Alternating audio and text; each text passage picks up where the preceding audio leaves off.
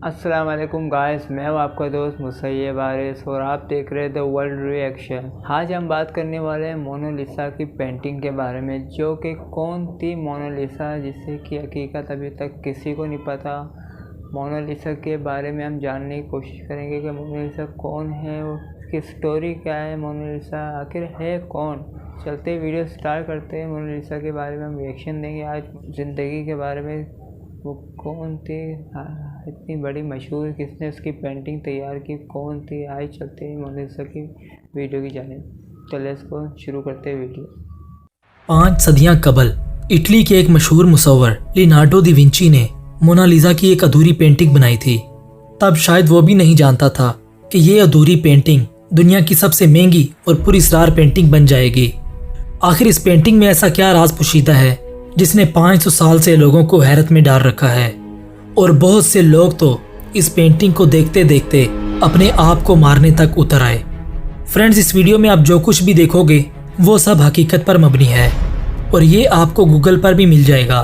तो अगर आपको वीडियो अच्छी लगे तो इसे लाइक और शेयर जरूर करना। सन 1910 में मोनालिसा का एक दीवाना फैन इसकी पेंटिंग के सामने खड़ा हो गया। वो पेंटिंग में इस कदर मदहोश हो गया कि अचानक दीवार में सर दे मारा और खुद को पिस्तौल से गोली मारने की कोशिश की, लेकिन वहां मौजूद लोगों ने उस शख्स की इस कोशिश को नाकाम बना दिया। उस शख्स के मुताबिक ये उसने इसलिए किया क्योंकि वह मोनालिसा की आंखों में आंखें डालकर मरना चाहता था। इस तरह का एक और वाक़या उस वक्त पेश आया जब मोनालिसा का एक फैन भागते हुए नुमाइश घर पहुंचा। उसका सांस फूला हुआ और यह शख्स पसीने में शराबूर था। काफ़ी मशकूक हरकत होने की वजह से इसको बहुत मुश्किल से अंदर दाखिल होने की इजाज़त मिली। फ्रेंड्स, बताया जाता है कि ये शख्स कभी तो इस पेंटिंग को देखकर ज़ोर ज़ोर से हंसता और फिर अचानक रोने लग जाता, हत्ता कि इसी हालत में वो बेहोश हो गया। वहाँ मौजूद लोगों का बताना था कि जैसे ही ये फ़ैन बेहोशी की हालत से ठीक होकर उठा तो दोबारा इसने वही हरकत शुरू कर दी, जिसकी वजह से इसे वहाँ से निकाल दिया गया।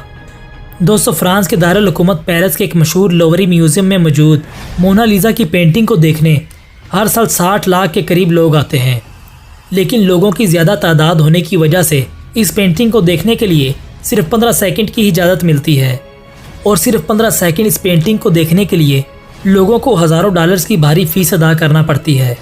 हैरानगी की बात यह है कि लोग फिर भी हंसी खुशी हज़ारों डॉलर्स देने के लिए तैयार हो जाते हैं। फ्रेंड्स, माना जाता है कि मोनालिसा की नक्श निगारी की सबसे ख़ास वजह उनकी पुरस्कार मुस्कुराहट है। यानी गौर करें तो पेंटिंग के एक जानब से मोनालिसा मुस्कुराती हुई नजर आती हैं, जबकि दूसरी सिमत पर मुस्कुराहट मदम हो जाती है और फिर यह मुस्कुराहट पूरी तरह से गायब हो जाती है। ऐसा गुमान होता है कि शायद इस पेंटिंग के अंदर जान मौजूद है। अलबत्ता बहुत से लोग ये भी सवाल करते हैं कि क्या मोनालिसा हकीकत में भी मौजूद थी। ये राज आज तक कोई नहीं जान पाया। एक थ्योरी के मुताबिक मोनालिसा हकीकत में इस दुनिया में मौजूद थी, जिनका नाम मोना गिरादनी था, जो कि इटली के शहर फ्लोरेंस में रहती थी। 23 जून 1852 में लुअस नामी एक मुसव्वर ने पेरिस के एक होटल की चौथी मंजिल से छलांग लगाकर खुदकुशी कर ली। इसके कमरे में से हाथ से लिखी एक तहरीर बरामद हुई, जिसमें लिखा था, बरसों से मैं मोनालिसा की मुस्कुराहट के साथ शदीद जकड़ा हुआ हूँ। यानी मोनालिसा की मुस्कुराहट के पीछे राज ना जान पाने की वजह से इसने खुद की जान ले ली। फ्रेंड्स, जैसा कि हमने आपको बताया कि दुनिया की मशहूर तरीन पेंटिंग मोनालिसा की मुस्कुराहट के पूरे असरार अभी तक मुकम्मल तौर पर अफशा नहीं हुए। फ्रेंड्स, ये पेंटिंग खास तौर पर दुनिया में उस वक्त मशहूर हुई जब 21 अगस्त 1911 को इसको चुरा लिया गया। दुनिया में इस खबर को आग की तरह फैलाया गया और लोगों का तजस्सुस इसके बारे में बढ़ गया। इसकी तलाश में कई मुल्कों के अजायब घरों और मुसव्वरों को ज़ेरे तफ्तीश रखा गया। आखिरकार जनवरी 1914 को इसको वंसीजो परगिया नामी अतालवी शख्स से बाजियाब करवाया गया। वो शख्स फ्रांस के इसी म्यूजियम में निगरानी का काम करता था और इस पेंटिंग को अपने कोट में छुपा कर ले गया। इसका कहना था कि वो इटली से मोहब्बत करता है और ये पेंटिंग एक अतालवी मुसव्वर की है, चुनाचे इसको इटली के म्यूजियम में होना चाहिए। इस वाक़ये के बाद इस पेंटिंग की हिफाजत का कड़ा इंतज़ाम किया गया और इसकी नुमाइश के औकात महदूद कर दिए गए। इसको साइंसी बुनियादों पर जदीद तरीके से महफूज किया गया। इस पेंटिंग की हिफाजत का अंदाज़ा आप इस बात से लगा सकते हैं कि इस पेंटिंग के लिए नमी और दर्जा हरारत का खास ख्याल रखा जाता है। इसका हिफाजती शीशा बहुत मजबूत है और 500 साल गुजरने पर भी इसकी चमक में कोई ख़ास फ़र्क नहीं आया। 1956 में एक आदमी ने इस जोर से पत्थर मारा कि इसका नुमाइशी शीशा टूट गया और इसके अंदरूनी बुलेट प्रूफ शीशे पर भी खराशें आ गईं, लेकिन पेंटिंग महफूज रही। 500 साल पुरानी पेंटिंग दुनिया का शाहकार और नायाब तरीन फन पारा है, जिसकी शोहरत इसकी चोरी के बाद से दुनिया के हर कोने में फैल गई। फ्रेंड्स, उम्मीद है आपको वीडियो पसंद आई होगी। मेरा नाम अली है और मैं आपसे मिलूंगा अगली वीडियो में।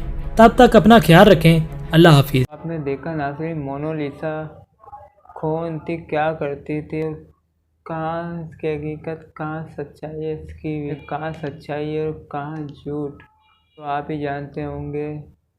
मोनालिसा की पेंटिंग इतनी महंगी और इसकी मुस्कुराहट के पीछे लोग दीवाने हो जाएं, खुद को मार दें कि पेंटिंग इतनी महंगी होने के बावजूद इतने 400 साल बाद भी इसकी पेंटिंग इतनी महंगी तरीन और दुनिया की नंबर 1 पेंटिंग है ये अभी तक। आपको वीडियो कैसी लगी? अब अगर आप इस मोनालिसा की पेंटिंग के बारे में कुछ जानते हैं तो हमें कमेंट बॉक्स में ज़रूर बताएं, ताकि हमारी नॉलेज में इजाफा हो। मिलते हैं अगली वीडियो के साथ। अपना बहुत ख्याल रखिएगा। खुदा।